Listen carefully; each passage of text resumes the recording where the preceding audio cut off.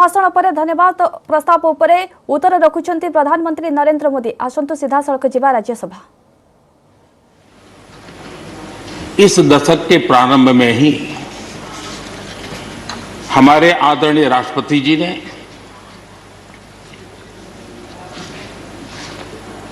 जो संयुक्त सदन में अपना उद्बोधन दिया वो अपने आप में इस चुनौतियों भरे विश्व में एक नई आशा जगाने वाला, नया उमंग पैदा करने वाला और नया आत्मविश्वास पैदा करने वाला राष्ट्रपति जी का उद्बोधन रहा। आत्मनिर्भर भारत की राह दिखाने वाला और इस दशक के लिए एक मार्ग प्रशस्त करने वाला राष्ट्रपति जी का उद्बोधन रहा। आदरणीय सभापति जी, मैं राष्ट्रपति जी का तहे दिल से आभार व्यक्त करने के लिए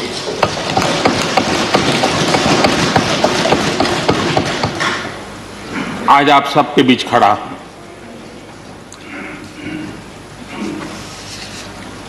राज्यसभा में करीब 13-14 घंटे तक 50 से अधिक मान्य सदस्यों ने अपने विचार रखे, बहुमूल्य विचार रखे, अनेक पहलुओं पर विचार रखे और इसलिए मैं सभी आदरणीय सदस्यों का हृदयपूर्वक आभार भी व्यक्त करता हूं इस चर्चा को समृद्ध बनाने के लिए। अच्छा होता कि राष्ट्रपति जी का भाषण सुनने के लिए भी सब होते तो लोकतंत्र की गरिमा और बढ़ जाती और हम सबको कभी गिला शिकवा न रहता कि हमने राष्ट्रपति जी का भाषण सुना नहीं था। लेकिन राष्ट्रपति जी के भाषण की ताकत इतनी थी कि न सुनने के बावजूद भी बहुत कुछ बोल पाए। ये अपने आप में उस भाषण की ताकत थी, उन विचारों की ताकत थी, उन आदर्शों की ताकत थी कि जिसके कारण न सुनने के बाद भी बात पहुंच गई। और इसलिए मैं समझता हूं इस भाषण का मूल्य अनेक गुना है। आदरणीय सभापति जी, जैसे मैंने कहा, अनेक चुनौतियों के बीच राष्ट्रपति जी का इस दशक का प्रथम भाषण हुआ। लेकिन ये भी सही है कि जरा पूरे विश्व पटल की तरफ देखते हैं, भारत के युवा मन को देखते हैं, तो ऐसा लगता है कि आज भारत सच्चे अर्थ में एक अवसरों की भूमि है। अनेक अवसर हमारा इंतजार कर रहे हैं और इसलिए जो देश युवा हो, जो देश उत्साह से भरा हुआ हो, जो देश अनेक सपनों को लेकर के संकल्प के साथ सिद्धि को प्राप्त करने के लिए प्रयासरत हो, वो देश इन अवसरों को कभी जाने नहीं दे सकता। हम सब के लिए ये भी एक अवसर है कि हम आजादी के 75 वर्ष में प्रवेश कर रहे हैं। ये अपने आप में एक प्रेरक अवसर है। हम जहां भी हो, जिस रूप में हो, मां भारती के संतान के रूप में इस आजादी के 75वें पर्व को हमने प्रेरणा का पर्व बनाना चाहिए। देश को आने वाले वर्षों के लिए तैयार करने के लिए कुछ न कुछ कर गुजरने का होना चाहिए। और 2047 में देश जब आजादी की शताब्दी मनाए तब हम देश को कहां तक ले जाएंगे, इन सपनों को बार बार हमने लेते रहना चाहिए।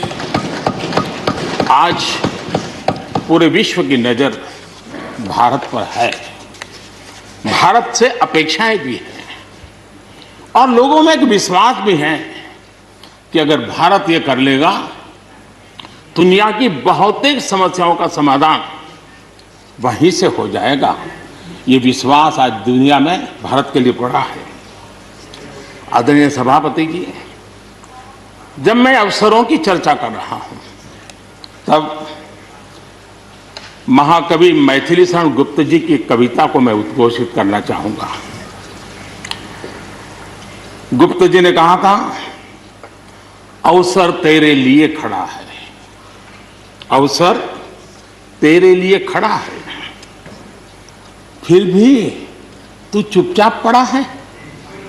अवसर तेरे लिए खड़ा है, फिर भी तू चुपचाप पड़ा है। तेरा कर्म क्षेत्र बड़ा है, तेरा कर्म क्षेत्र बड़ा है, पल पल है अनमोल, पल पल है अनमोल। अरे भारत उठ, अरे भारत उठ, आंखें खोल। ये मैथिली शरण गुप्त जी ने कहा था। लेकिन मैं सोच रहा था, इस कालखंड में 21वीं सदी के आरंभ में अगर उनको लिखना होता तो क्या लिखते। मैं कल्पना करता था कि वो लिखते, अवसर तेरे लिए खड़ा है, अवसर तेरे लिए खड़ा है, तू आत्मविश्वास से भरा पड़ा है, तू आत्मविश्वास से भरा पड़ा है। हर बाधा, हर बाधा, हर बंदिश को तोड़, हर बाधा, हर बंदिश को तोड़। अरे भारत, अरे भारत, आत्मनिर्भरता के पथ पर दौड़, आत्मनिर्भरता के पथ पर दौड़।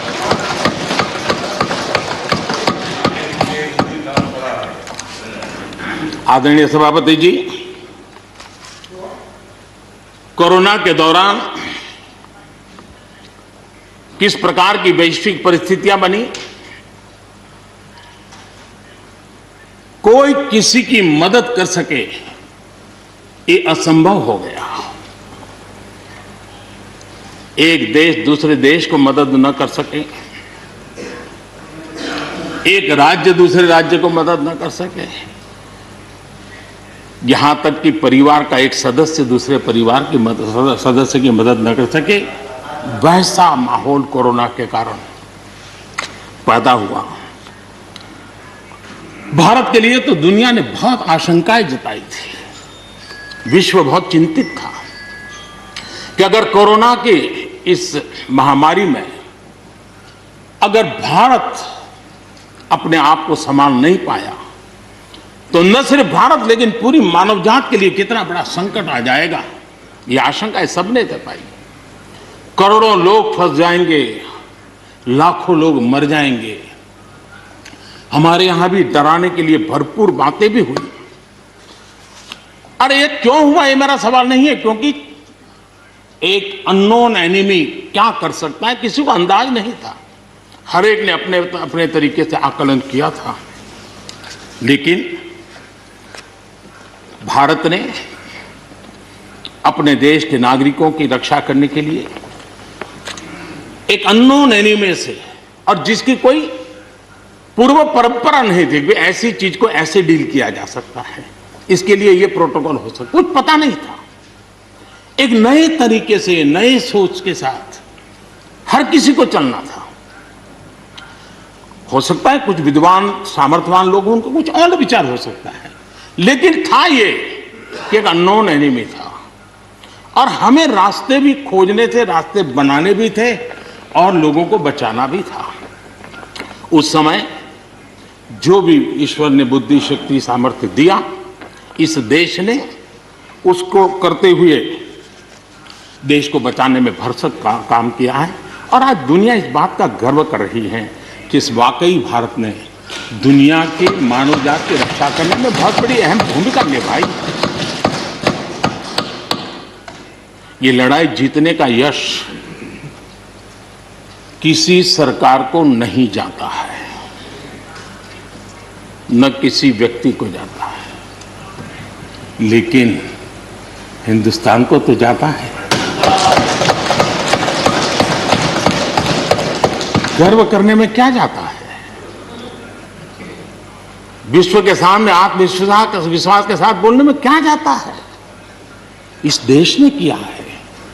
गरीब से गरीब व्यक्ति ने इस बात को किया है।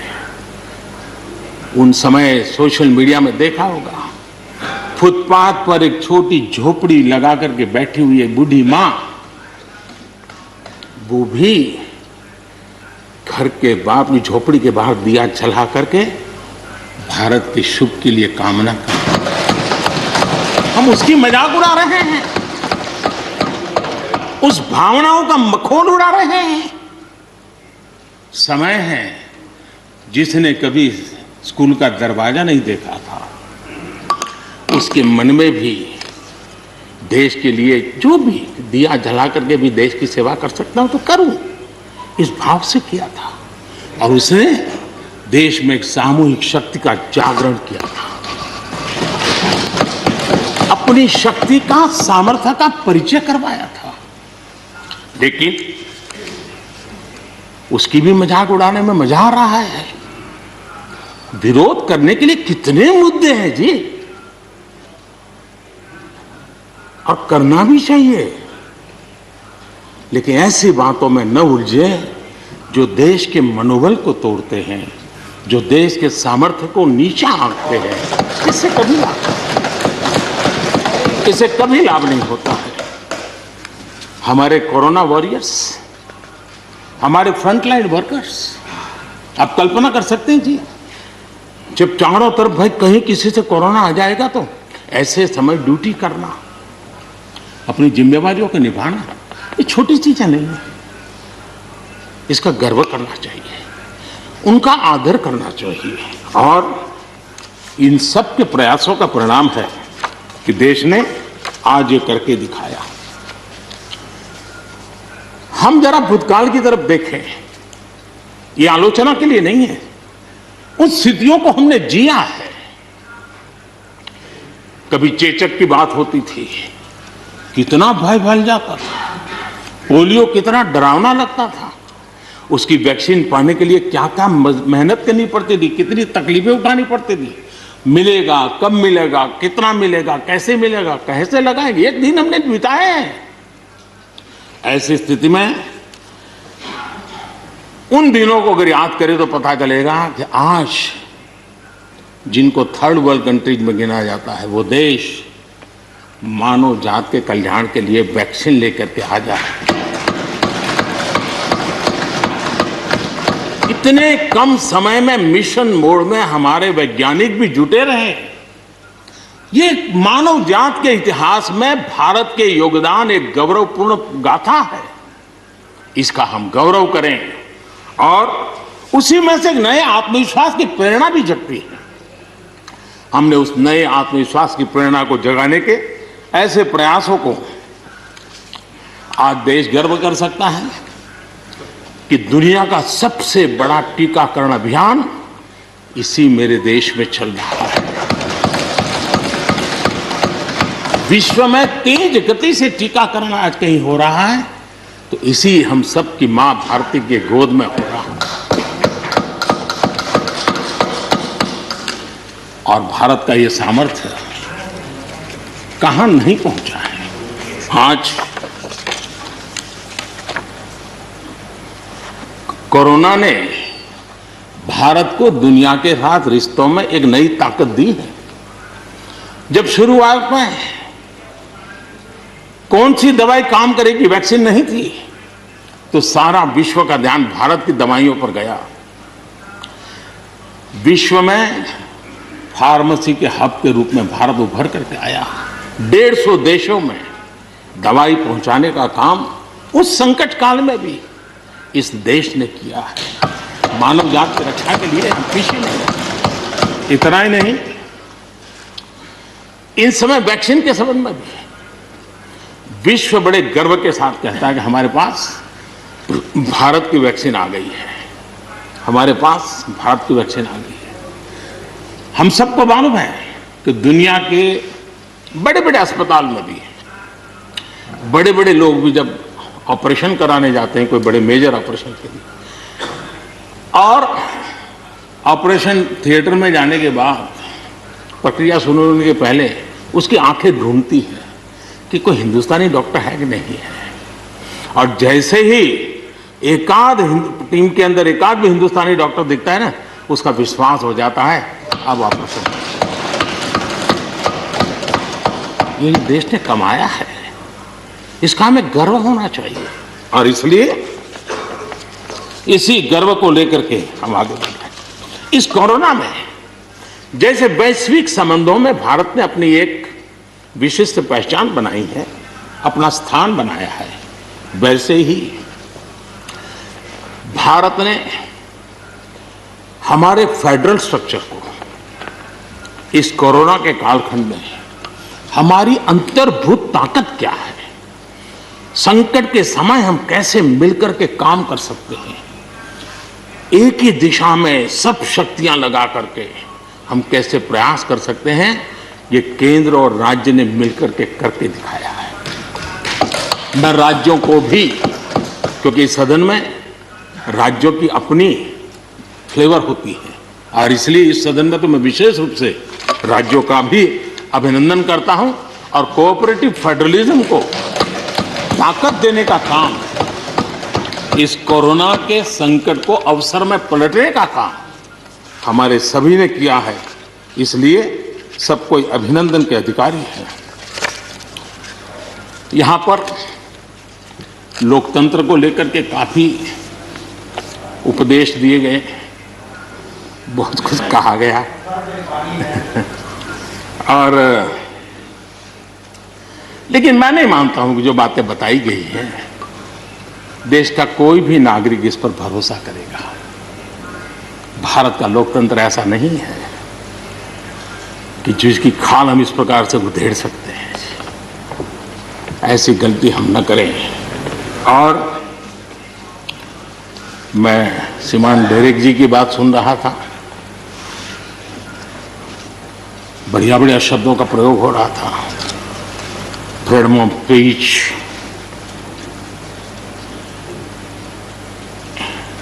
इंटिमिडेशन,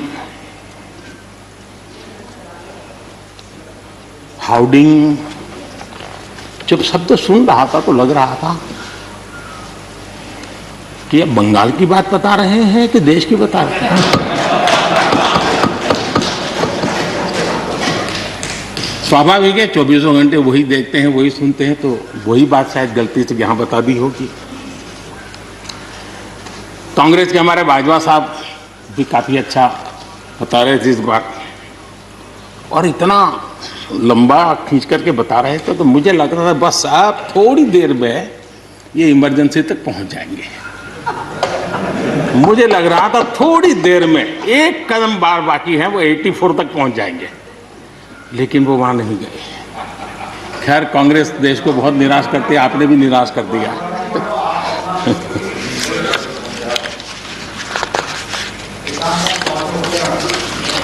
माननीय सभापति जी, मैं एक कोट इस सदन के सामने रखना चाहता हूं, और खास करके लोकतंत्र पर जो लोग शक उठाते हैं, भारत की मूलभूत शक्ति पर जो शक उठाते हैं, उनको तो मैं विशेष आग्रह से कहूंगा कि इसको समझने का प्रयास करें। हमारा लोकतंत्र किसी भी मायने में वेस्टर्न इंस्टीट्यूशन नहीं है, ये एक ह्यूमन इंस्टीट्यूशन है।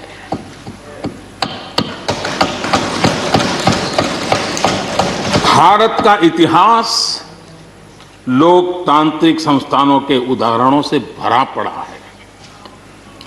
प्राचीन भारत में 81 गणतंत्रों का वर्णन हमें मिलता है। आज देशवासियों को भारत के राष्ट्रवाद पर चौतरफा हो रहे हमले से आगाह करना जरूरी है। भारत का राष्ट्रवाद ना तो संकीर्ण है, न स्वार्थी है और ना ही आक्रामक है। ये सत्यम शिवम सुंदरम के मूल्यों से प्रेरित हैं, अनकोट। आदरणीय सभापति जी, ये कोटेशन आजाद हिंद फौज की प्रथम सरकार के प्रथम प्रधानमंत्री नेताजी सुभाष चंद्र बोस।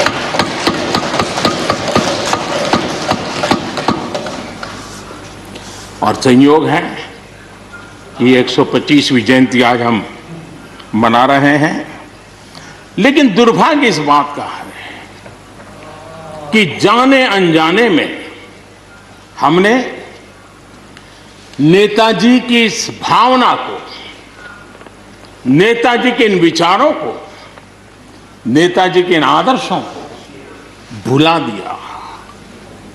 और उसका परिणाम है कि आज हमको कोसने लग गए।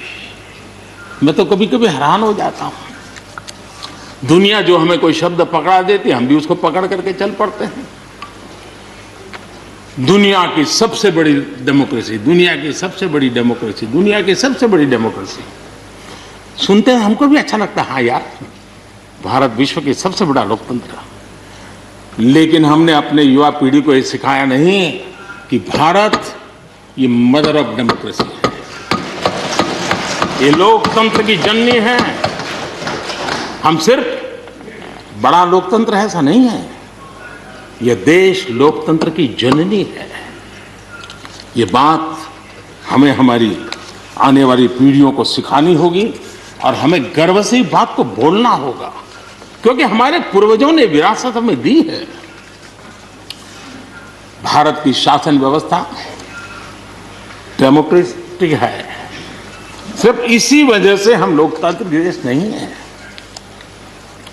भारत की संस्कृति, भारत के संस्कार, भारत की परंपरा, भारत का मन लोकतांत्रिक है और इसलिए हमारी व्यवस्था लोकतांत्रिक है। ये है इसलिए ये है ऐसा नहीं है, मूलतः हम लोकतांत्रिक हैं इसलिए ये है। और ये कसौटी भी हो चुकी है देश की। आपातकाल के उन दिनों को याद कीजिए, न्यायपालिका का हाल क्या था, मीडिया का क्या हाल था, शासन का क्या हाल था। सब कुछ जेल खाने में परिवर्तित हो चुका था, लेकिन इस देश के संस्कार, इस देश का जनमन जो लोकतंत्र के रंगों से रंगा हुआ था, उसको कोई हिला नहीं पाया था। मौका मिलते ही उसने लोकतंत्र को प्रस्थापित कर दिया। ये लोगों की ताकत, ये हमारे संस्कारों की ताकत है, ये लोकतांत्रिक मूल्यों की ताकत है। मुद्दा ये नहीं है कौन सरकार नहीं, मैं उसकी चर्चा नहीं कर रहा हूं और न ही मैं ऐसी चीजों में अपना समय लगाने के लिए यहां आप लोगों ने मुझे बिठाया है। हमें लोकतांत्रिक मूल्यों की रक्षा करते हुए आगे बढ़ना है। आत्मनिर्भर भारत के संबंध में भी चर्चा हुई। मैं हमारे साथी धर्मेंद्र प्रधान जी के बहुत ही अभ्यासपूर्ण और आत्मनिर्भर भारत की हमारी दिशा क्या है उसका विख्यात विस्तृत उन्होंने बयान किया है। लेकिन एक बात सही है कि आर्थिक क्षेत्र में भी आज भारत की जो एक पहुंच बन रही है, कोरोना काल में दुनिया के लोग निवेश के लिए तरस रहे हैं, सारी बातें बाहर आ रही हैं, लेकिन भारत है जहां रिकॉर्ड निवेश हो रहा है। सारे तथ्य बता रहे हैं कि अनेक देशों की अर्थस्थिति डामाडोल है, जबकि दुनिया भारत में डबल डिजिट ग्रोथ का अनुमान लगा रही है। एक तरफ निराशा का माहौल है तो हिंदुस्तान में एक आशा की किरण नजर आ रही है। ये दुनिया की तरफ से आवाज उठ रही है। आज भारत का विदेशी मुद्रा भंडार रिकॉर्ड स्तर पर है। आज भारत में अन्न उत्पादन रिकॉर्ड स्तर पर है। भारत आज दुनिया में दूसरा बड़ा देश है जहां पर इंटरनेट यूजर है। भारत में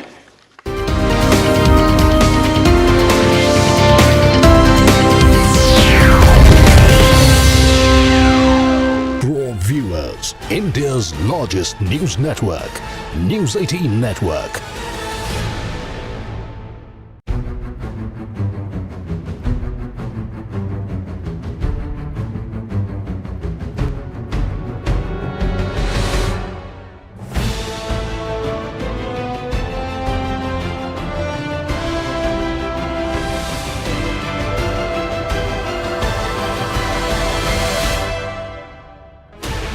Sixteen channels, 15 languages, 26 states, 1,200 plus reporters, 66.9 crore viewers. India's largest news network, News 18 Network.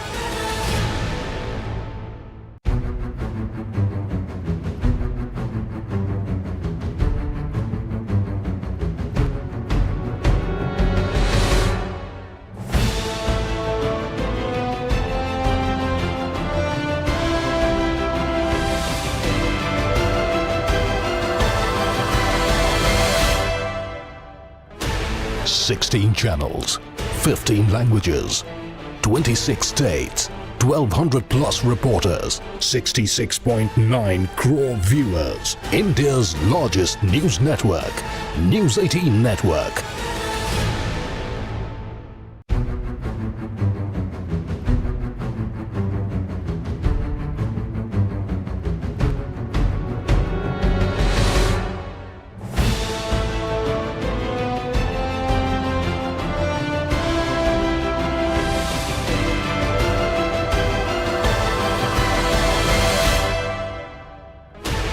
Sixteen channels, 15 languages, 26 states, 1,200 plus reporters, 66.9 crore viewers. India's largest news network, News 18 Network.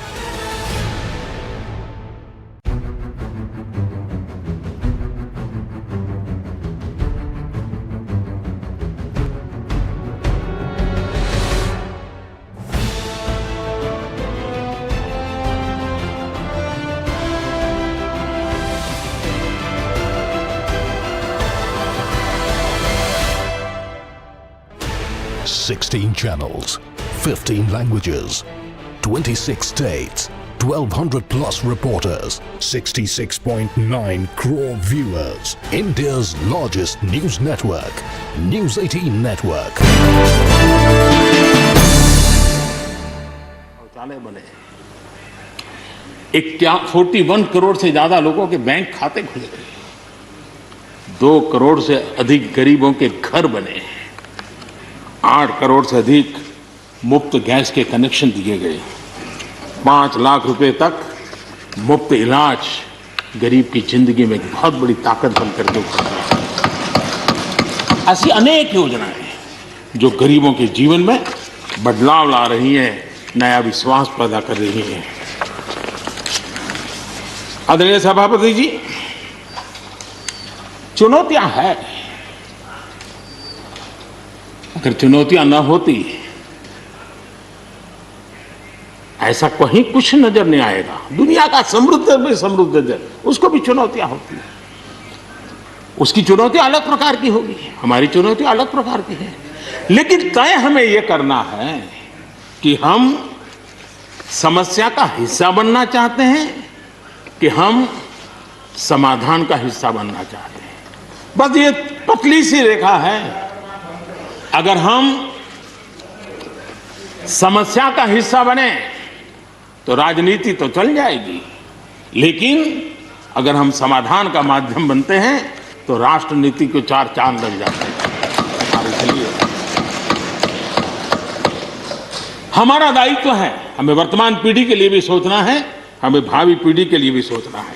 समस्या है, लेकिन मुझे विश्वास है हम साथ मिलकर काम करेंगे, आत्मविश्वास से काम करेंगे तो हम स्थितियों को भी बदलेंगे और हम इच्छित परिणाम भी प्राप्त कर सकेंगे। ये मेरा पक्का विश्वास है। आदरणीय सभापति जी, सदन में किसान आंदोलन की भरपूर चर्चा हुई है। ज्यादा से ज्यादा समय जो बातें बताई गई वो आंदोलन के संबंध में बताई गई। किस बात को लेकर के आंदोलन है उस पर सब मौन रहे। आंदोलन कैसा है, आंदोलन के साथ क्या हो रहा है, ये सारी बातें बहुत बताई गई, उसका भी महत्व है। लेकिन जो मूलभूत बात है, अच्छा होता कि उसकी विस्तार से चर्चा होती। वैसे हमारे माननीय कृषि मंत्री जी ने बहुत ही अच्छे ढंग से कुछ सवाल भी पूछे हैं। उन सवालों के जवाब तो नहीं मिलेंगे, मुझे खातरी है, लेकिन उन्होंने बहुत ही अच्छे ढंग से इस विषय की इस सदन में चर्चा की है। मैं आदरणीय देवेगौड़ा जी का बहुत आभारी हूं कि उन्होंने इस पूरी चर्चा को एक गांधीर्य दिया और उन्होंने सरकार के जो अच्छे प्रयास है उसकी सराहना भी की, क्योंकि वो किसानों के लिए समर्पित रहे हैं जीवन भर, और उन्होंने इस सरकार के प्रयासों की सराहना भी की और उन्होंने अच्छे सुझाव भी दिए। मैं आदरणीय देवेगौड़ा जी का हृदय से आभार व्यक्त करता हूं। आदरणीय सभापति जी, खेती की मूलभूत समस्या क्या है, उसकी जड़ें कहां है, मैं आज पूर्व प्रधानमंत्री चौधरी चरण सिंह जी ने जो विस्तार से वो बताया था उसी का जिक्र करना चाहता हूं। बहुत लोग हैं जो चौधरी साहब की विरासत संभालने का गर्व करते हैं, वो जरूर इस बात को समझने का शायद प्रयास करेंगे।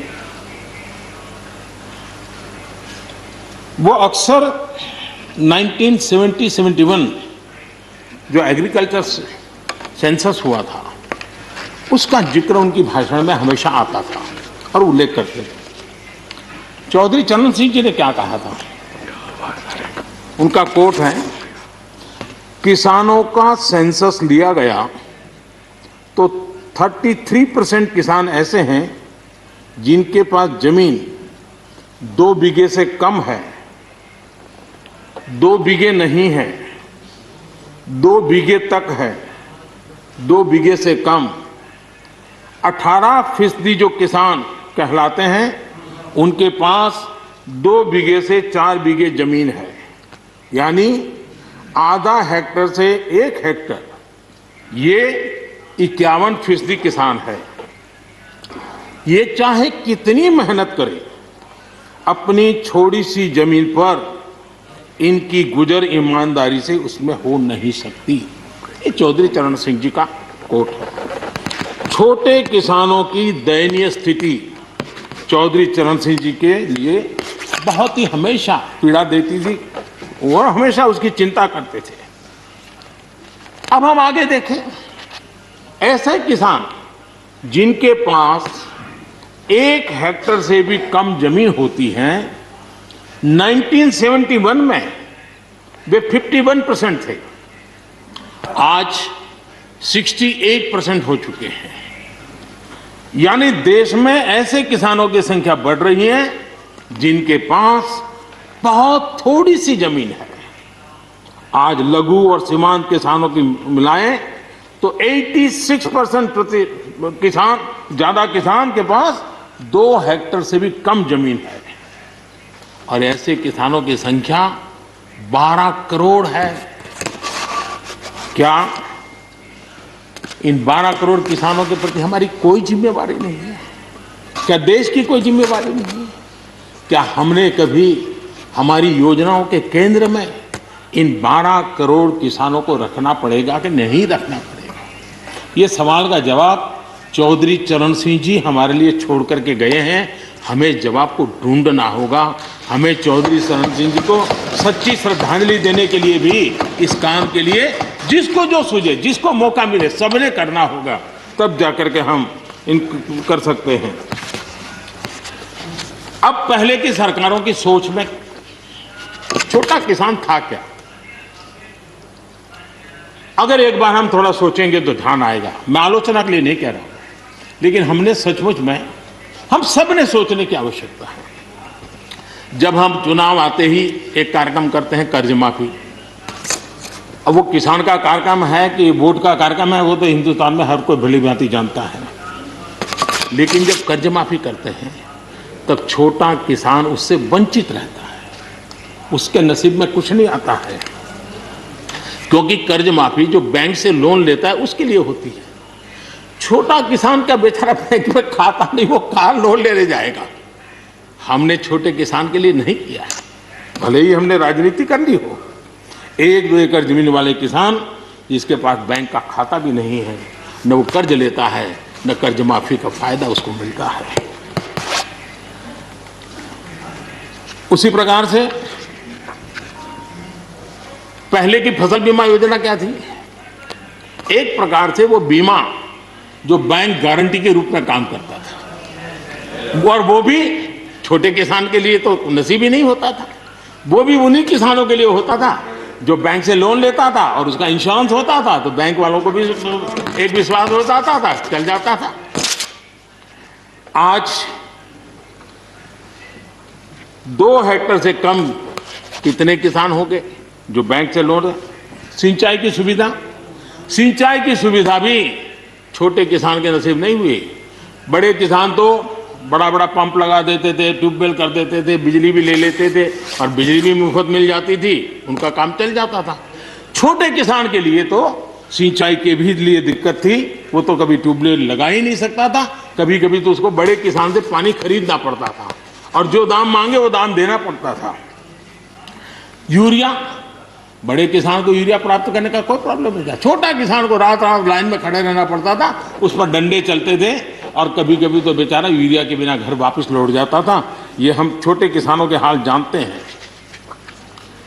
2014 के बाद हमने कुछ परिवर्तन किए। हमने फसल बीमा योजना का दायरा बढ़ा दिया ताकि किसान, छोटा किसान भी उसका फायदा ले सके, और बहुत मामूली रकम से ये काम शुरू किया। और पिछले 4-5 साल में फसल बीमा योजना के तहत 90,000 करोड़ रुपए, ये छोटी रकम नहीं है, 90,000 करोड़ रुपए उसके क्लेम किसानों को मिले। कर्ज माफी से भी आंकड़ा बड़ा हो जाता है। छोटा किसानों का किसान क्रेडिट कार्ड, हमारे यहाँ किसान क्रेडिट कार्ड हुए, लेकिन बड़े किसानों तक गए और वो बैंक से बहुत ही, कुछ तो राज्यों में 0% से ब्याज से उनको मिल जाते थे पैसे, और उनके कोई न कोई दो धंधा व्यापार होता था, पैसे वहाँ भी लग जाते थे। छोटे किसान के नसीब में ये नहीं था। हमने तय किया हिंदुस्तान के हर किसान को किसान क्रेडिट कार्ड देंगे। इतना ही नहीं, हमने उसका तो दायरा फिशरमैन तक भी बढ़ा दिया ताकि वो भी इसका फायदा उठा सके।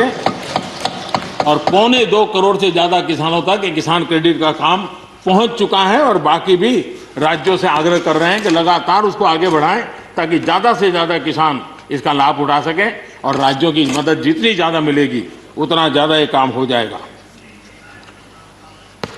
उसी प्रकार से हम एक योजना ले आए, प्रधानमंत्री सम्मान निधि योजना। सीधे किसान के खाते में, और ये गरीब किसान को जिसके पास कभी इस प्रकार की मदद नहीं पहुंची है। 10 करोड़ ऐसे परिवार हैं जिनको इसका लाभ मिल गया। और अगर बंगाल में राजनीति आड़े ना आती तो बंगाल के किसान भी अगर जुड़ गए होते तो ये आंकड़ा उससे भी ज्यादा होता। और अब तक 1,15,000 करोड़ रुपया इन किसानों के खाते में गया। ये गरीब छोटे किसान, उनके पास गया है। हमारी सब योजनाओं के केंद्र बिंदु में सॉइल हेल्थ कार्ड, हमने 100% सॉइल हेल्थ कार्ड की बात कही ताकि हमारे छोटे किसान को भी उसकी जमीन कैसी है, कौन सी उपज के लिए योग्य होगा। हमने 100% सॉइल हेल्थ कार्ड के लिए काम किया। उसी प्रकार से हमने यूरिया का नीम कोटिंग 100% किया। 100% के पीछे इरादा हमारा यही था कि गरीब से गरीब किसान तक भी यूरिया पहुंचने में रुकावट ना हो, यूरिया डाइवर्ट होता है बंद हो, और उसमें हम सफल भी हुए। छोटे और सीमांत किसानों के लिए हमने पहली बार पेंशन की सुविधा की योजना लेकर के आए, और मैं देख रहा हूं कि धीरे धीरे हमारे छोटे किसान भी आ रहे हैं। उसी प्रकार से प्रधानमंत्री ग्राम सड़क योजना, प्रधानमंत्री ग्राम सड़क योजना ये सिर्फ एक रोड नहीं है, ये किसानों की गांव की जिंदगी को बदलने का एक बहुत बड़े यश रेखा होती है, और इसलिए हमने उस पर भी बल दिया। पहली बार हमने किसान रेल की कल्पना की।